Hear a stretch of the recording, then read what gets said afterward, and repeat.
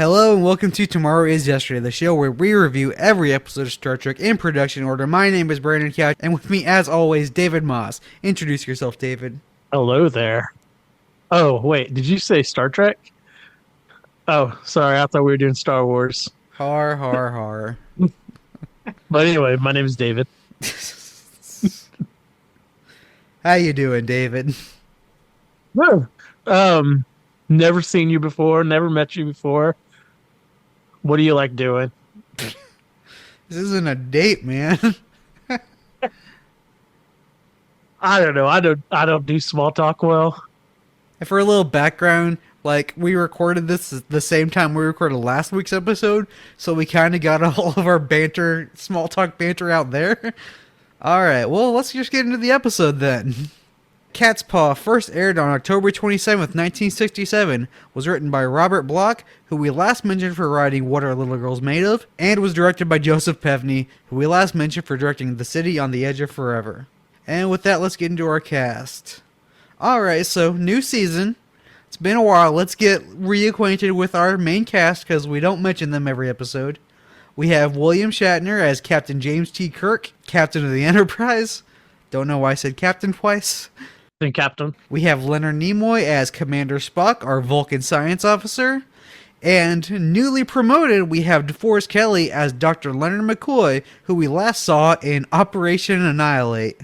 Did you notice that McCoy got added to the opening credits? I did not, because I hit skip credits. Oh, yeah, in season 1 it was just Kirk and Spock, and now it's Kirk, Spock, and Bones. That's pretty good. Yep. He got promoted. Yep, he got promoted. Not in the real thing, but Well, no, in real life, not in the show. he's like Harry Kim. That's not true. He gets promoted in the movies. Harry Kim doesn't even get that. I was like, Harry Kim, there's no Voyager movies. No, there's no Voyager movies. Mm. Alright, and let's get into our guest cast.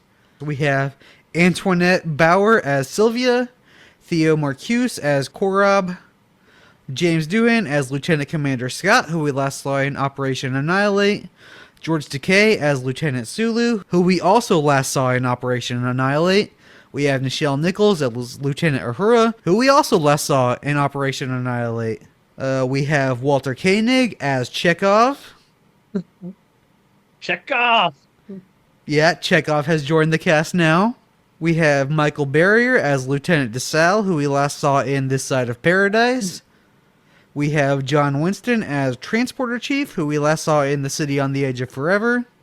We have Rhodey Kogan as First Witch. We have Gail Bonney as Second Witch. And we have Mary Esther Denver as Third Witch. And Jimmy Jones as Lieutenant Jackson. And that is our cast. Did you see non-Star Trek related that Mike Gundy's not going to be head coach anymore at OSU? David, you know I don't care about football. Uh, My parents might be crying, though. I mean, honestly, he's been terrible the last few years. I wouldn't have noticed. I don't care about football. Pretty sure I gave that guy popcorn once, though. Really? Did he tip you? No, it was when I worked at the movie theater in Stillwater. I'm pretty Okay, sure dude. that guy came in and bought popcorn, and I gave him the popcorn. Man.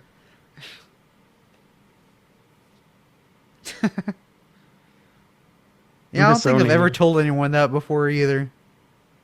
I'm disowning you. If I told my parents that, they'd be like, "What?" Yeah, no, I just gave a guy popcorn. Alright, we open with the shot of the Enterprise. Uhura's trying to get a response, getting nothing. Kirk says to keep at it. Scotty and Sulu should have contacted us half an hour ago. Spock says they might have nothing to report, but Kirk's like, they know landing party procedures. They need to contact us.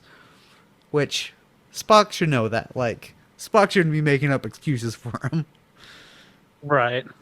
Uhura establishes contact with Lieutenant Jackson. Jackson says one to beam up. Kirk's like, one? Where are the other guys? He's like, I'm just ready to beam up. Then Kirk and Spock go to the transporter room. Kyle beams up Lieutenant Jackson. He falls to the floor, dead. His mouth opens, and we just hear this voice being like, Captain Kirk, can you hear me? There is a curse on your ship. Leave this place, or you will all die.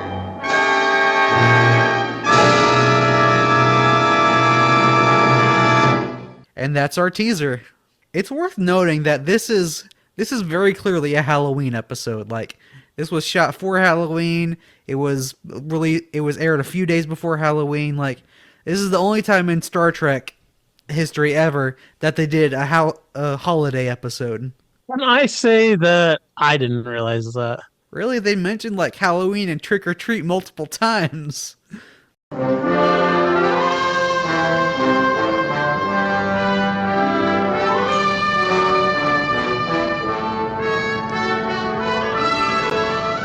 Captain's log, stardate 3018.2. Crewman Jackson is dead, and there are no apparent physical causes. Mr. Scott and Mr. Sulu are still out of touch on the planet below. Leaving Assistant Chief Engineer DeSalle in command of the Enterprise, I'm beaming down to the planet's surface to find my two missing crewmen and discover what killed Jackson. Planet surface. Okay, we're on the planet's surface. There's a lot of rocks. It's very foggy. It's Halloween looking. All right, so they get down to the surface. They're like, "Huh, scanners didn't indicate fog." And then Spock's like, "Yep, no clouds, no water, no changes in the temperature. This doesn't make any sense." Spock picks up life forms readings about 37 meters away, so they start to head that way. They call the Enterprise, ask about the sensor readings. We cut to the bridge. DeSalle, who is newly promoted to the engineering chief with a nice new red shirt to go with it. He was a gold shirt all the other times we saw him. Hey, hold on. What? Can I say, What? did we not just count that red shirt that just died on our red shirt death count? He was wearing a gold shirt. No, DeSalle, not DeSalle, but the original one. He was a red shirt, wasn't he? I'm gonna go back a few seconds because I have it playing on the TV in the background because I'm pretty sure he was wearing a gold shirt. Yeah, he was. He was wearing a gold shirt. Dang it, I just rewinded for no reason. Oh, I was faster on the rewind. That's probably because you're using a computer and I'm just using a TV. Okay, but yes, he was a gold shirt. He doesn't count for the red shirt death count. But thanks for reminding me because I forgot to count him because I count all the colored shirts. Yeah. Okay, yeah, I'm gonna have to do some quick math when we get to the end of this episode. All right. Where was it? All right, so DeSalle looks over at the science station and says, "Report, mister." And then we see this kid with a weird hairdo and a Russian accent and a gold shirt. This kid's not gonna last. I like Chekov. I think he's actually my favorite original series cast member. And I was always sad that he was only in 2 seasons and not all 3. Okay, you didn't even know. Yeah, I did. Oh, really? I can go back and play the tape. Like, when I told you he wasn't in season 1, you were like, what? He's not in season 1? That's because I loved him so much. That was many episodes ago, but that happened. About 31 episodes ago. I don't think we've had that many.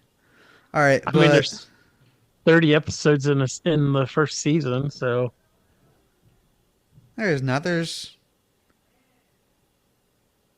29. Paramount has 30. Okay. Oh, 30, Menagerie 30 part. if you count the cage. Yeah, I know, So- the Menagerie part 1 and 2. Oh yeah, this would be episode 30, wouldn't it? Or Yeah. wait, no. This would be No, this episode is 30. this is 31 yeah. because of the cage. Okay. Hey, we broke 30. I didn't even realize. All right. Chekov's basically just like he's just picking up the three of them, and he not picking up any other life down there. And yeah, Uhura tells Kirk that. All right, back to the planet's surface. Kirk isn't getting through to the Enterprise anymore. Fog's picking up. And then Kirk breaks out in song and says, "Hey, soul sister." That doesn't happen until Strange New Worlds. All right, but yeah, basically they're just like, okay, there's got to be a reason that the ship's not picking up life signs, but we are. All right, then they hear something weird, and then they come up on three witches, and they're like, we're in Macbeth now. I gotta say, it's Christmas time when we're recording this. We're doing a Halloween episode during Christmas time. I just realized that. But anyway, so besides that fact, it's Christmas time, and I saw these ghosts, and I was like, "Oh man, they're fixing to see their the Christmas." You past, thought they were doing a Christmas Carol. Yeah. And I kept waiting for it, like, yeah. All right, so the Macbeth witches are just like, go back. This place is cursed. Get out of here. Well, that's probably why I didn't catch that it was a Halloween special, was because I was waiting for them For a to Christmas show 'em. special. Yeah. All right. That reminds me, I need to watch A Christmas Carol. Don't know which one, but one of them. I try to watch And a version of A Christmas Carol like at least once in December. Can I recommend one? What one? The Muppets Christmas Carol. No, I did that one too recently. I gotta watch a different one. But that Have you is a watched great one. Have you watched the newest one? David, there are so many different versions of A Christmas Carol. What are you talking about? No, like, I think it's Jim Carrey. Oh, that one from It's the early animated. 2000s? Like, I've seen Animated. it. Like, I might watch that one this year. The stop Do that motion one. one. Yeah, do that one. It's pretty good. Yeah, I might do that one this year. Saw that one in theaters. All right. Anyways, back away from Christmas, back to Halloween. This is Halloween. Kirk asks Spock for a comment. He says it was very bad poetry, and then Kirk asks for a useful comment, and Spock says that's not real. Very useful, Spock. Very useful. All right, so then Spock scans and it says there's more life forms that way, and then they head that way. Big old wind blows them back. They hit a wall. Then they see a castle. Actually, you know what I'm thinking? What I was thinking right now when I was watching this, the beginning of this episode gives me Squire of Gothos vibes. A little bit. Yeah, they go to a planet where they're scanning no life forms. There's not supposed to be life forms, but there is life forms and a castle that shouldn't be there. Yeah, to some small effect, this has Squire of Gothos vibes. And Yeah, there's I a can see vice that. that gives them like magical create things powers. This is a Squire of Gothos thing. They ripped off Squire of Gothos. Anyways, How can they rip off themselves? one rider ripping off a different rider. Yeah. Okay, so they found the castle. They go into the castle. All right. Now we're in the castle. They're greeted by a very angry black cat. Can I say something here? Yeah. I've always wondered, this happens in shows and movies and stuff all the time, where like they come up to the ominous building, like the castle, and it's like way far away, and there's like valleys and stuff in between, and then the next scene they're just at the castle, and it's like, did they just cut out like 2 days journey out of this whole thing? To be fair, in the original version, the not remastered version, there was less stuff between them and the castle. It was more like they just walked past some rocks. All right, but yeah, angry cat. So after the witches and the cat, Kirk's like, if we weren't missing two officers, I'd say someone's playing trick or treat on us. And Spock's like, what's that? Talking about angry cats, there's a list over here on my desk that says naughty and nice. And it has my family in the nice column. And in the naughty column, it says Mango, our cat. And I'm trying to figure that out. Well, I think what it's implying is your cat's on the naughty list and your family's on the nice list. Uh, But yeah, Kirk tells Spock that he'd be a natural at trick or treating. All right, back to the bridge. Chekov's reporting that their life signs have just disappeared. DeSal's like, is it malfunctioning? And Chekhov's like, nope. Her's like, that's what happened to Scotty and Sulu. And DeSal's like, nah, recalibrate the sensors. Do you need help? And Chekhov's like, I can do it. I'm not that green. DeSal giving Chekov no respect. Joke's on him, though. This is the last time he shows up. And Chekhov makes it to the movies. Okay, yeah, DeSal's just like, I want them found. Alright, back to the castle. The big door slams shut behind him. and Kirk and Spock, or Kirk said, straight ahead, Mr. Spock. And Spock in that condescending tone's like, well, yeah, the readings say, yeah, let's go straight. And then McCoy's like, look at all this dust and cobwebs. Halloween, that's right. And then the black cat is ahead of them when the stone floor gives away and dumps the trio into, I'm assuming, Okay. a dungeon. Oh, you're assuming that? It's not that the next scene says dungeon in big letters at the top of it? Alright. So, yeah, they fall through the floor.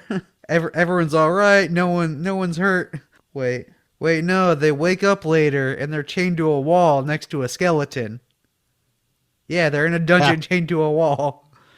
Yeah, it says our heroes are chained to a wall next to a skeleton. Okay, I'm not reading the parenthesis stuff because that's not important. Hey, last episode, whenever I missed the parentheses that said OC, you got all up on me. I did not. Yep. I did not. Yep. All right, so yeah, they're in a dungeon chained to a wall next to a skeleton. McCoy mentions trick or treating again. Honestly, this next part is just them hanging there talking about the skeletons. Well, yeah, and they're trying to figure out what's going on. and- Kirk's like, this is all Earth stuff, but why? Bones asks if this could be another like parallel Earth development, and Kirk's like, nah, like this isn't like anything Earth did. This is just like nightmare imagery. Maybe it could be a mirror universe. I don't think so, David. I'm joking. By the I way. wish we did video because the face you just did. All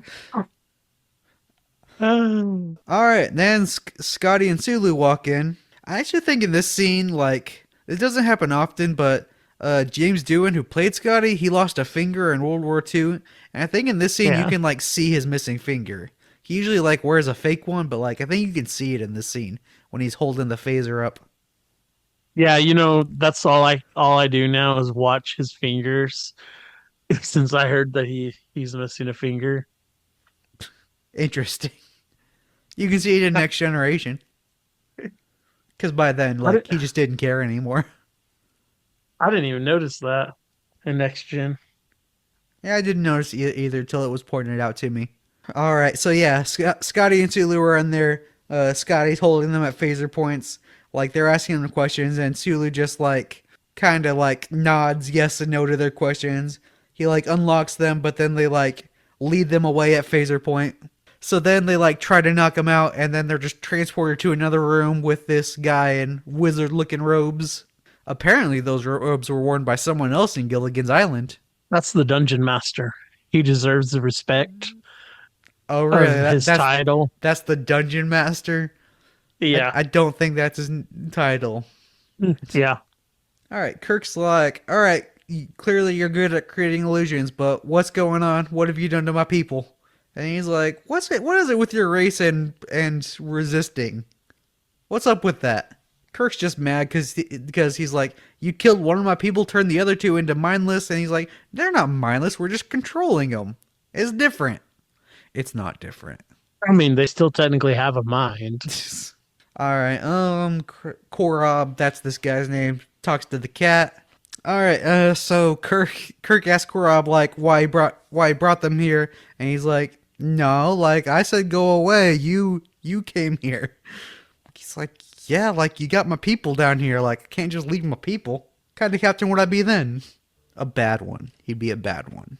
Kirk asks what's with all the mumbo jumbo, which apparently is like an old racial slur for like just people that like no one remembers anymore. Really? Yeah, I forgot what Huh. the people were, but like yeah, I heard that a while back, and I was like, oh, I'll stop saying that. All right, where were we? All right, Spock says that ships have mapped out this place before, and there's never been any life on this planet. And Korob's like, "Yeah, we're not native to this planet. We're just kind of here right now." All right, he leaves, and so does the cat. Spock talks about ancient Earth legends about wizards and their familiars. The cat being a familiar. Basically, they just chalk that all up to superstition. Can you explain what familiars are in case someone doesn't know what they are? Well, Spock says demons in animal form sent by Satan to serve the wizard. Okay. So that's what this show says familiars are. All right, I guess Korob comes back. He says that Spock's different than the others. He doesn't think like them. He thinks in logic, black and white. Sees all this stuff it doesn't believe. Well, yeah, because like all this stuff couldn't be real. Right. McCoy says he doesn't know about trick or treat.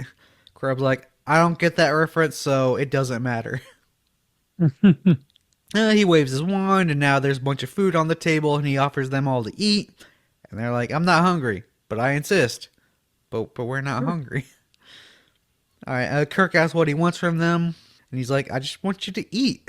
Kirk says that they're going to be very uncooperative unless he starts explaining. Then the food vanishes, and now it's all a bunch of jewels. Kirk's like, we don't care about jewels. Like, we could print this stuff on the Enterprise. Like, this isn't our bag, man. I was gonna say that I've never thought about that. How that's why money's pretty much useless then because they can just print it pretty much. I mean, maybe, but we're still in the part of Star Trek where money's a thing. We haven't got to, like, the utopian we don't got money Star Trek yet. That is until the end of Discovery. That's not till Next Generation. Um, But yeah, I get what you're saying. Strange New Worlds retconned it to where they don't have money, and that's before the original series. Korob's like, yay, you passed the test. They're like, what are you talking about? Well, we warned you to stay away, and you came anyway. That means you're loyal and brave because you weren't scared, and you didn't take the bribe, so you're like admirable. All right. Then the cat leaves the room.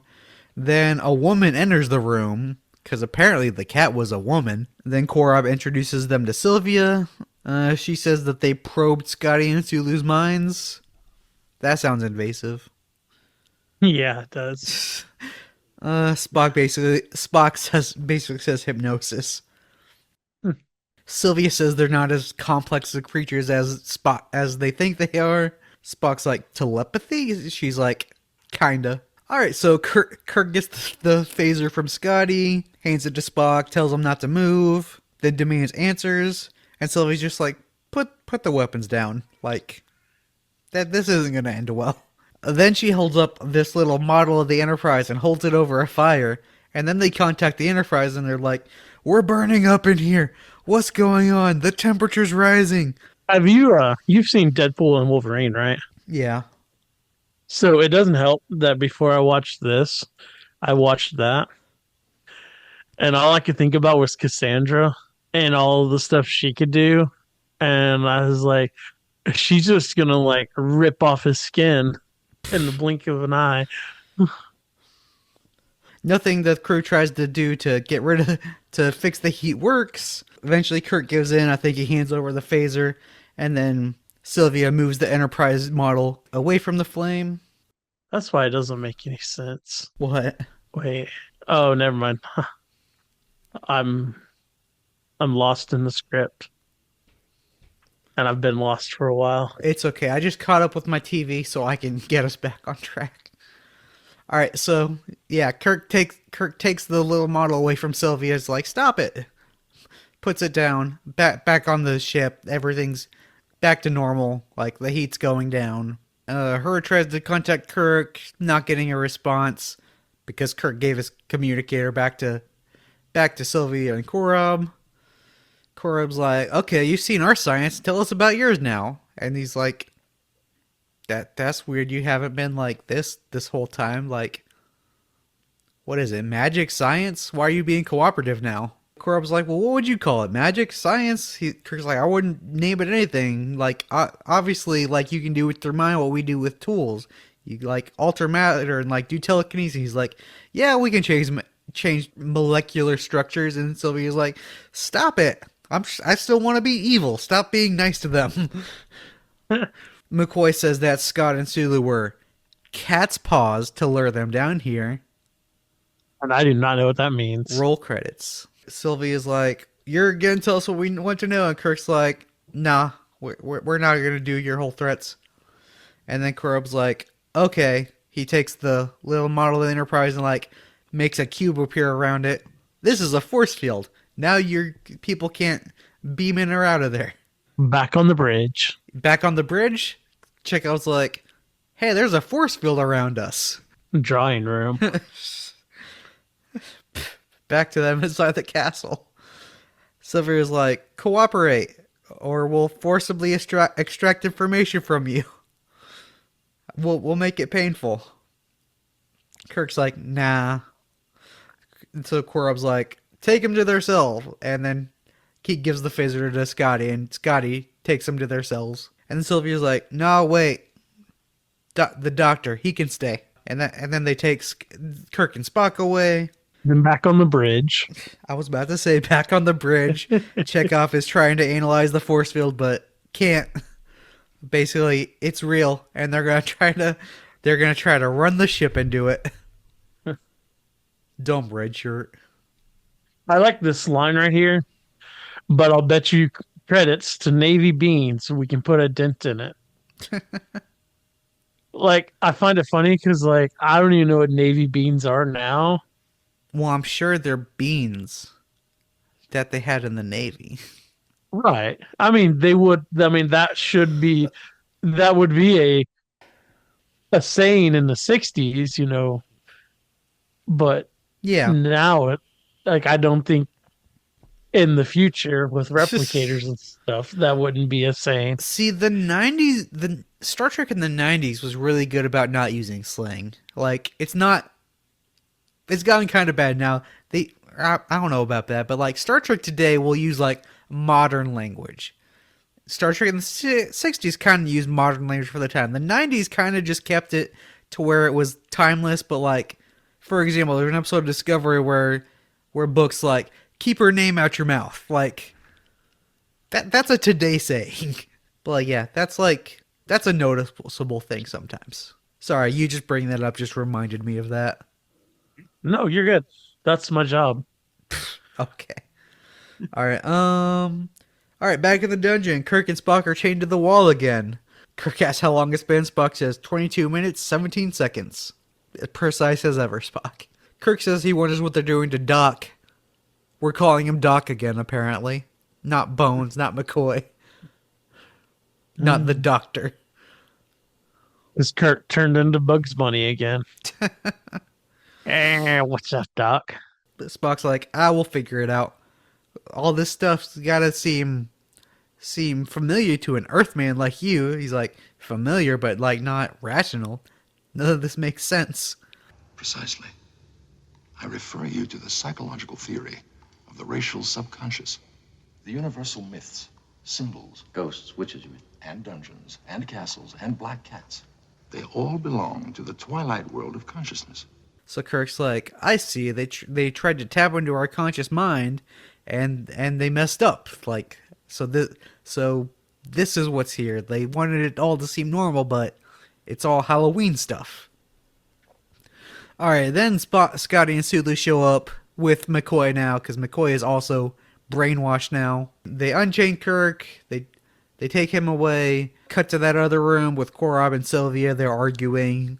Korob's like, this isn't what we're here for, and she's like, but we can feel sensations now. We couldn't do that before, and I like this. I don't want to stop. Like how going back to whenever McCoy entered the room and he was brainwashed, Kirk says, "Oh, Bones, Doc." He calls him Bones and Doc in the same. Bones, Doc, what happened to you? Yeah. Okay, so yeah. Yeah, then we get that other scene with Korob and Sylvia arguing, because Sylvia wants to be Eagle because she gets sensations now. We keep getting these cuts to Korob where it's just like straight on his face, and they're like unsettling shots. Yeah, very unsettling. It's like it was made in the early 2000s, where they're doing the, like the early 2000s movies and stuff, where like the camera's like tilted slightly and like close up. Okay, well, I'm not talking about like Dutch angles. Like, that's always been a thing. I'm just talking about like, instead of just like doing it from the side, it's just like directly on his face for a second and then cuts away. Yeah. Alright, so then Kirk, Bones, Scotty, Sulu walk in there.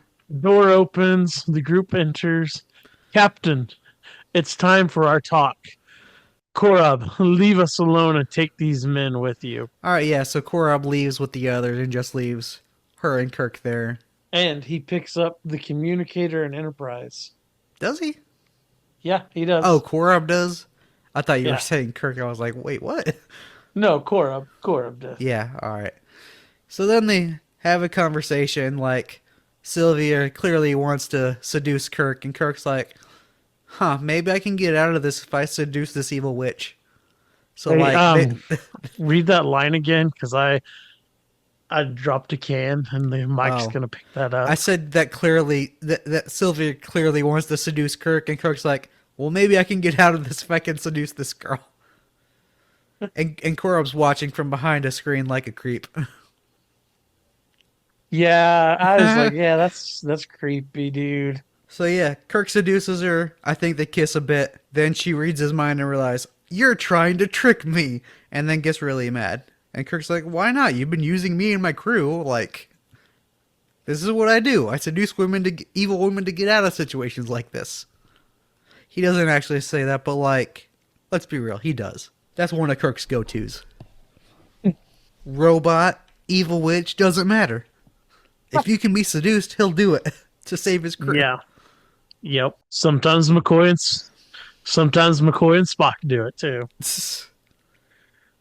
I don't know. I don't think I've ever seen Spock seduce somebody. No, they usually try to seduce them. Yeah. But yeah, alright. Back on the bridge. Uhura doesn't see any change with the force field, but just sounds like it's really small. But it's there. We made the smallest dent. So this is working. Alright, back in the dungeon, Kirk and Spock are chained to the wall, and Korob comes in and is like, I'm gonna release you. I got rid of the force field. Although your crew was about to get rid of it anyways. He's like, yeah, your crew was about to break it anyways. It's hard to control so many things at one time. He gives them their phasers and the communicators. And he's like, we gotta go before she finds out your weapons are missing. Kirk's like, I'm not leaving without my crew. Korob's like, they're not your crew anymore. Just get out of here. Basically, she's irrational. Yeah, he's like, get out of here. She's irrational. I can't control her. Korob mentions the transmuter, which Sylvia actually mentioned in that scene where Kirk was seducing her. So they get out of there. Alright, they're walking through the corridors when they see the shadow of a giant cat, which is clearly just a normal sized cat, but they're trying to make it look giant. Yeah. Kirk's like, why a cat? And Spock says, the cat is the most ruthless, most terrifying of animals, as far back as the saber-toothed tiger. Like, I don't know why they had to use a house cat. Well, They could have used They used a black cat. Because Halloween. But, like, the giant cat. Like, come on, dude. And it just gets more ridiculous the further we go into this. The cat stuff is pretty ridiculous. Korob thinks he can stop her. Kirk tries to use his phaser on the cat, but it's out of energy. He says, she must have drained it. We could have jumped Scotty and Sulu at any time. Dang. So I think they run and the giant cat chases them. Yeah, they run back into the dungeon. All right, they go back to that hole in the ceiling that they fell through earlier. Kirk and Spock, one of them like helps the other up the hole. I don't remember who. Kirk helps Spock. Yeah, Kirk lifts Spock up. I think that's when the cat like runs at a door and like knocks it on top of Korob. Yeah, that's what happens. Yeah, she smashes Korob with a door. Then Spock helps Kirk up the hole. Oh no! First he takes Korob's wand and throws it to Spock. Then he helps Kirk up. Yeah, I like the deal. He says, "This might be important," and just. Boop. I'm like, hindsight right there. Yeah. All right. Then McCoy shows up, takes a swing at him with this medieval weapon he's holding. Yeah. Kirk fights with McCoy. Spock fights with Scotty. And Kirk knocks McCoy out. Then Sulu shows up, and Sulu shows up. Spock neck pinches Scotty, and then Sulu tries to fight Kirk with martial arts. Yeah, I think Kirk like throws him against a wall or a door or something and knocks him out. These guys not good at fighting when they're mind controlled. No, they're not. McCoy wakes up, then gets knocked out again. Kirk's like, well, at least we found him. All right, then the cat shows up again. Spock's like, if only we had some power to phaser the cat. And Kirk's like, maybe we do. And he takes the wand and he's like, hey, Sylvia, I have the transmuter. It's mine. Deal with it. I think that's when Sylvia turns back into a human. She's like, clever. And then she like just touches her little necklace and they both vanish back into that other room with the table. Sylvia demands that Kirk give him back the wand. And he's like, nope, I'm keeping it. It's clearly the source of your guys' power. Sylvia's like, it's not the source, it just amplifies it. Sylvia's like, you'll never learn how to use it. And Kirk's like, I catch on quickly. And then he just smashes it on a table. And then everything disappears. Everything disappears. They're just back on the planet's surface, on all the rocks. And they see these two little creatures. These two tiny creatures that I don't even know how to describe them. How would you describe them? It looks like they were made with pipe cleaners and cotton balls. and fishing lures. And some plastic wings. And in the original version, you can see the strings on them. Really? Yeah. I think like one of them is dead. I think that's Korob, and like the other one is like standing, and I think the other one just kind of dies. Yeah. All right. They contact the Enterprise and 5 to beam up, and that is the end of our episode. Woo! All right, and now it's time for the red shirt death count. Dun, dun, dun. All right, this week we lost 1 gold shirt, which means in total we've lost 2 beige shirts, 4 blue shirts, 6 gold shirts, 1 hazard vest guy, 4 red shirts, and a total of 17 crewmen. And we do count the beige shirts as red shirts, so we still just have 6 red shirt deaths on the board. Woo! That's way more than I thought. All right, final thoughts? You know, I'm going to say it. For a Christmas episode, it was terrible. How about for a Halloween episode? For a Halloween episode, it's okay. For a Star Trek episode, it's okay, but it kind of felt like it was just, like you said, ripping off everything. Yeah, this one's not great. I'm going to do my Bailey scale right now. Go ahead. On the Bailey scale, 1 Bailey being the best, 10 being the worst. I'm going to give this 8 Baileys. Okay. It's not that good of an episode. Like, I feel like I've seen this episode. The only thing that made this episode not a 9 or a 10 was that Chekov was in it, and Chekov came in hard. Like, yeah, he did. For the very first episode, him being in it, like, he came in hard, dude. Yeah. Chekov was a welcome addition. Yeah. You can find me everywhere at Couch Talks Movies. David, tell the people where they can find you. You can find me on TikTok and Instagram at the_actual_David_Moss. All right, and you can find the show at patreon.com/tomorrowisyesterday. And until next time. Live long and Google what Catspaw means.